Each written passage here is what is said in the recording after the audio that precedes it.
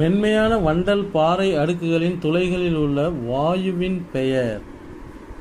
மென்மையான வண்டல் பாறை அடுக்குகளின் துளைகளில் உள்ள வாயுவின் பெயர் என்ன?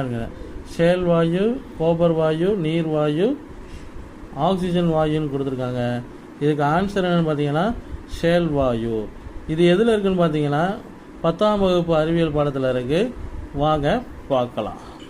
பாருங்க, ஷேல் வாயு எனப்படுவது பூமியின் அடிப்புறத்தில் அமைந்துள்ள சேறு மற்றும் தாதுக்கள், அதாவது குவார்ட்ஸ் மற்றும் கால்சைட் அடங்கிய மென்மையான பாறை அடுக்குகளை குறிப்பதாகும். இல்லைங்களா?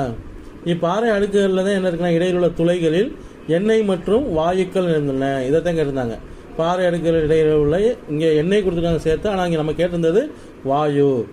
அப்போ என்ன வாயுன்னு கேட்டீங்கன்னா ஷேல் வாயு. அப்போ இதுக்கான ஆன்சர் ஷேல் வாயு. மென்மையான வண்டல் பாறை அடுக்குகளின் துளைகளில் உள்ள வாயுவின் பெயர்